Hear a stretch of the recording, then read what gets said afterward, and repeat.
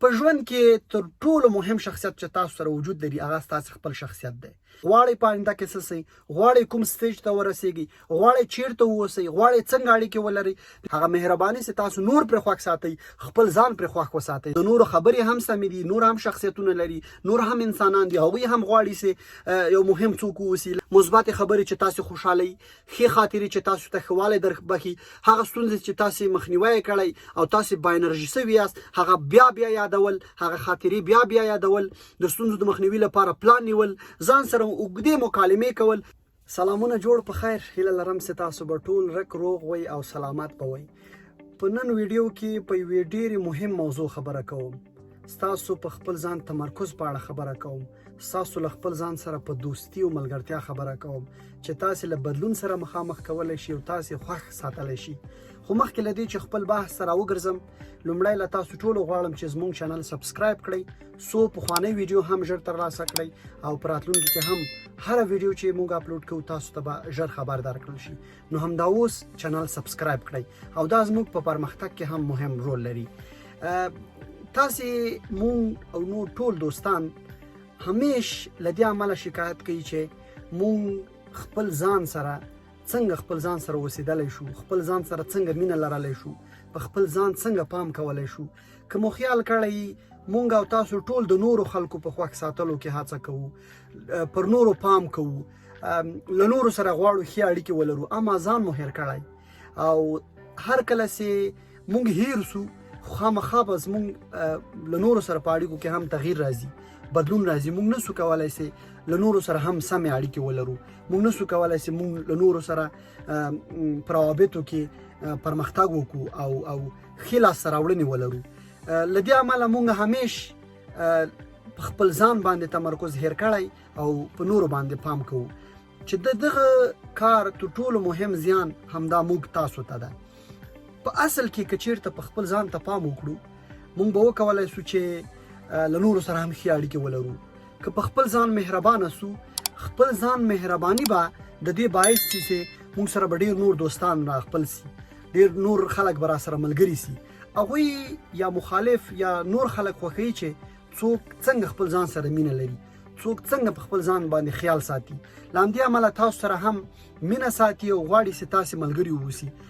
په ژوند کې تر ټولو بهترین ژوند هغه دی چې له خپل ځان سره موږ اړیکه لرو، له خپل ځان باندې تمرکز لرو او په خپل ځان په څارنه باندې ټول وخت تیروو. مهم اړیکه هم په زندګۍ کې چې ګڼل کېږي هغه له خپل ځان سره اړیکو ګڼل کېږي. که له خپل ځان سره سمې اړیکې ولرو، معلومداره ده چې له نورو سره به هم اړیکه کې بدلون راسي، له نورو سره به هم اړیکو کې پرمختګ راسي او کومې ننګونې، کومې ستونزې چې موږ په اړیکو کې لرو د هغې به مخنیوی وشي او موږ به یو راحت، آرام او اسوده ژوند ولرو. دلیل دا دی چې کله چې موږ ځان وپېژنو، د ځان احترام وکړو، د ځان څارنه وکړو، پر ځان باندې تمرکز وکړو، موږ ته زموږ ستونزې را معلومیږي، موږ ته زموږ ښه والی را معلومیږي، موږ ته د نورو په پرتله باندې د خپل ځان لوړوالی او ټیټوالی را معلومیږي. له همغې له امله موږ اړیکه تنظیموو، موږ نورو سره هم همغسې تعامل کوو، څنګه چې خپل ځان مو پېژندلی، څنګه چې خپل ځان ستونزې مو درک کړي. له دې له امله به موږ ښې اړیکې ولرو. خو بیا هم په دې ویډیو کې زه غواړم ځینو هغو ټکو ته اشاره وکړم چې مونږ په خپل ځان تمرکز کولو ته را جلبوي، مونږ په خپل ځان پیژندلو ته، په خپل ځان سره مینه لرلو ته او له خپل ځان سره ښې اړیکو ته مونږ متوجه کوي. لومړی ټکی چې غواړم خبرې پرې وکړم هغه د خپل ځان څارنه ده. تل په هره شیبه کې که مونږ باید د خپل ځان ښه څارندوی واوسو.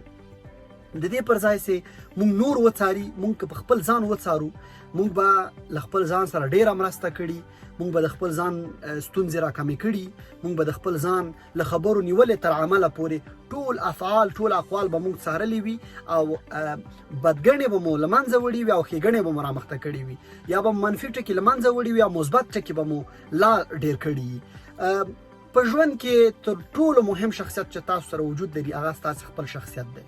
هر کله چې تاسو د خپل ښه شخصیت څارنه وکړئ نور هم مو شخصیت قوي کیږي، نور مو هم شخصیت غني کیږي او یو مثبت څوک، یو بریالی څوک، یو داسې څوک چې تاسو په مخ باندې ټولې بندې دروازې خلاصې دي او تاسو به یو خوښ څوک وګڼلی شئ.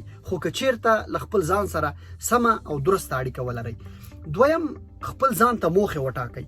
پوهان تل په دې باندې تمرکز کوي چې انسانان ضرورت لري چې خپل ځان ته مشخصې موخې ولري.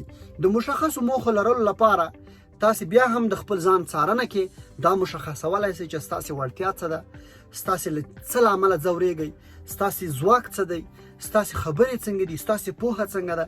د همغو چکو ته په پام باندې تاسو کولی شئ چې خپل لنډمهاله موخې وټاکئ، خپل اوږدمهاله موخې وټاکئ. غواړئ په آینده کې څه شئ، غواړئ کوم سټیج ته ورسیږئ، غواړئ چیرته واوسئ، غواړئ څنګه اړیکې ولرئ. د دې ټولو لپاره تاسو مشخصې موخې وټاکئ او د همغو موخو ته د رسیدو لپاره لارې چارې وګورئ چې هغه موخو ته څنګه رسیږئ. دغه موخې ته اول تاسو په دې باندې پام کوئ چې خپل موخې څنګه ټاکئ. په دې کې په خپل ځان تمرکز کوئ، له خپل ځان سره کینئ، له خپل ځان سره مناقشه کوئ، بحث کوئ. بالاخره خپل موخې مو وټاکولې، بیا په دې تلوار کوئ چې خپل موخې څنګه اوس ترلاسه کړئ. دا په خپل ځان سره اړیکو باندې سبب ګرځي، دا په خپل ځان سره ښه اړیکه جوړوي. له دې امله به تاسو همیش د دې پر ځای چې له خلکو سره اوسئ خپل ځان سره به وخت ډېر تیر کړی وي او د خپل ځان سره وخت تیرولو ګټه نسبت له هغو سره چې تاسو نورو خلکو سره اجتماعي اړیکې ساتئ هغه ګټه تاسو ته ډېره لري. دریم، په خپل ځان باندې مهربانه واوسئ. مهربانتیا دا معنا چې همیش له ښه خوراک نیولې تر ښه لباسه، تر ښو خبرو، تر افعالو، تر کړنو، تر ناستې پاستې ټولو مسایلو پورې تاسو څنګه چې د یو ډېر نږدې کس لپاره خوښوئ هغه له خپل ځان لپاره خوښ کړئ. فرضاً غواړئ چې د یو څوک په خپل مهرباني باندې خوښ وساتئ، هغه مهرباني چې تاسو نور پر خوښ ساتئ خپل ځان پر خوښ وساتئ. ځکه همیشه یعنی تجربو دا ثابته کړې چې څوک چې خپل ځان باندې مهربانه دي هغه خپل ځان ته پام کوي، هغه خپل ځان کې بدلون راولي. او کله چې په خپل ځان کې موږ تاسو بدلون راولو نور خلک موږ ته ګوري، له موږ زده کوي، له موږ اخلي. له دې امله هغوی هم اصلاح کیږي او بالاخره موږ سره زموږ اړیکو کې مرسته کوي. یعنی زموږ د ښو اړیکو باعث ګرځي چې هغه ټولنه اصلاح کیږي او هغه ناخواله له منځه ځي. خو که چیرته موږ په خپل ځان باندې مهربانه سو، مشقت ته ځان ورنه کړو، ستونزو ته ځان ورنه کړو، کافي خوب ولرو، ښه راشه درشه ولرو، خبرې ولرو، له زړه نه کینې وباسو، نفرتونه لرې کړو او داسې یو څوک واوسو چې زړه پاک وو، هر چا ته په ورین تندي باندې خبره وکړو، هر چا سره د خپلې وسې اندازې باندې مرسته وکړو او هر چا سره د خپلې اندازې په اړه همکاري وکړو، خبرې اترې ولرو، ناستې پاستې ولرو. څلورم، خپل احساسات کنټرول کړئ او مدیریت یې کړئ. صحیح ده چې موږ ټول انسانان یو، خامخا ځینې وخت غوسه کیږو، ځینې وخت بې اندازې خوشحاله کیږو. خو کله چې موږ په خپل ځان باندې متمرکز ولو، خپل ځان سره دوستی ولرو، ملګرتیا ولرو، نو موږ باید زموږ احساسات باید کنټرول کړو. موږ باید خپل احساسات مدیریت کړو. څومره تر کومې کچې خفه سو، تر کومې کچې غوسه سو، آیا ځینې مسایل د دې په دې ارزي چې موږ غوسه سو، موږ عکس العمل وښیو. خوشحالي موږ څنګه مدیریت کړو. زموږ د خوشحالۍ له امله خو به نور خلک نه ځورېږي، هغوی خو به رنځ نه وړي، هغوی خو به رخه نه کوي. نو په دغسې حالاتو کې موږ مجبور یو چې خپل احساسات کنټرول کړو. ډېر کله چې یا موږ خفه سو یا موږ خوشحاله سو، موږ کوشش کوو چې زر په نورو باندې تاثیر وغورځوو. په دغسې حالاتو کې موږ مجبور یو چې خپل احساسات کنټرول کړو، هغه مدیریت کړو څو نه نور اذیت سي او خپل خوښي او خپل غم اندوه موږ په خپل ځان کې واغېږو، څو لا هم موږ قوي سو، لا هم د خپل ځان ملګري سو، لا هم خپله خوښ وسو. ځکه که چیرې موږ غواړو خپلې خفګان یعنې خپلې غوسې، قهر یا کوم شی چې موږ سره جګرخونیان زموږ په وجود کې دي هغه که نورو ته وښیو، د دې پر ځای چې موږ ته سکون راکړي هغه کیدای شي زموږ هغه تشویش اندېښنه لا پسې زیاته کړي. نو له دې امله د غوسې د احساساتو کنټرول او مدیریت پکار دی. ځینې د غرض پنځمه برخه کې کوشش باید وسی چې مونږ باید خپل ځینې اشتباه عادتونه هغه وپېژنو او د هغې مخنیوي لپاره هڅه وکړو. انسانان یو، دا نسو ویلی چې مونږ کامل یو، دا نسو ویلی چې مونږ تکمیل یو. مونږ تېروتنې کوو، مونږ اشتباه کوو، خبرې، عمل، بعضې وخت کله کله مونږ ډېرې مهم مشورې نه منو. نو له دې امله مونږ باید متوجه اوسې زمونږ تېروتنې څه دي، زمونږ اشتباه عادتونه څه دي، هغه باید درک کړو. په دې برخه کې تاسې خلکو ته متوجه اوسئ. کله کله خلک ستاسې تېروتنې درښیي، ستاسې بد عادتونه درښیي، تاسې متوجه سئ او عکس العمل مه ښیئ. د هغو بدو عادتونو د مخنیوي لپاره لاس په کار شئ او عمل پرې وکړئ، څو نور هم یو مهم کس او یو ښه او با تدبیره کس وګڼلی سئ. شپږم، خپل ځان سره ملګري شئ خو خودخواه کېږئ مه. ما مخکې اشاره وکړه، په ژوند کې تر ټولو ښه ملګری تاسې خپل ځان یاست چې مرسته ځان سره کولی، ځان سره ژړلی سئ، ځان سره خندلی سئ، او ټول افکار چې نو هیڅوک ستاسې هغه افکارو منونکي نه دي، هغه تاسې خپله یاست چې د خپلو افکارو منونکي یاست او عمل جامه به هم وراغوندئ. له دې امله خپل ځان سره ملګري سئ، په خپل ځان مهربانه سئ او خپل ځان باندې تمرکز وکړئ. خو خودخواه کېږئ مه. خودخواه دا معنی چې مونږ تاسې ټول ځان هر څه ځان ته غواړئ. که چېرته زه یم هم تاسو هلته ځان ګورئ، که خبره هم کوئ ځان پکې ګورئ، که بل هر چېرته وي هلته ځان ګورئ. نه، مونږ ځینې وخت ضرورت لرو چې مونږ نورو ته هم پام وکړو.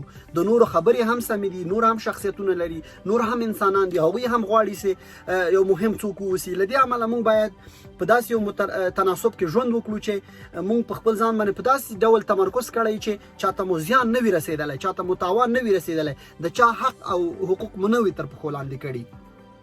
وروستی ټکی هغه چې دا چې غواړم خبرې پرې وکړم، هغه خپل ځان سره د سمو خبرو کولو په اړه ده. معمولا کله چې تاسې په تشویش کې یاست، په اندېښنه کې یاست، ضرورت لرئ چې یو چا سره خبرې وکړئ. ځکه سینوها د فرعون پخوانی طبیب دی، هغه وایي که هر څومره پوهه لرئ، که هر څومره ذکاوت لرئ، علم لرئ، تاسې له نورو سره شیر کړئ، له نورو سره یې خپور کړئ، په اړه یې خبرې وکړئ. ځکه که یې ونه کړئ، دا د ستاسو علم، ستاسو پوهه د خوري د تیزابو په څېر ستاسې دماغ او ستاسې فکر او ستاسې ذهن خوري.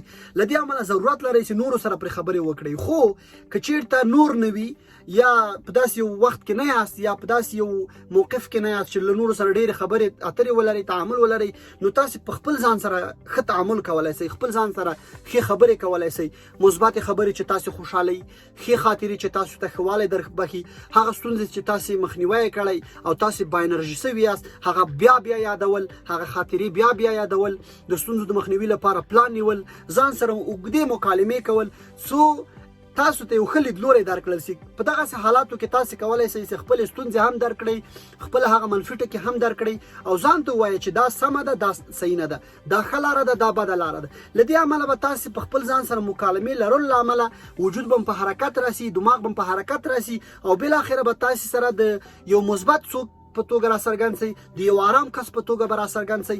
له دې امله به تاسې زور او اندېښنې له منځه لاړې سي او یو څوک به داسې وګڼلی سي چې تاسې د مثبت فکر لرونکي یاست او تاسې د خپل ځان سره ښه ملګري یاست او خپله ځان سره ښه دوستي لرئ. تر بیا ښې چارې.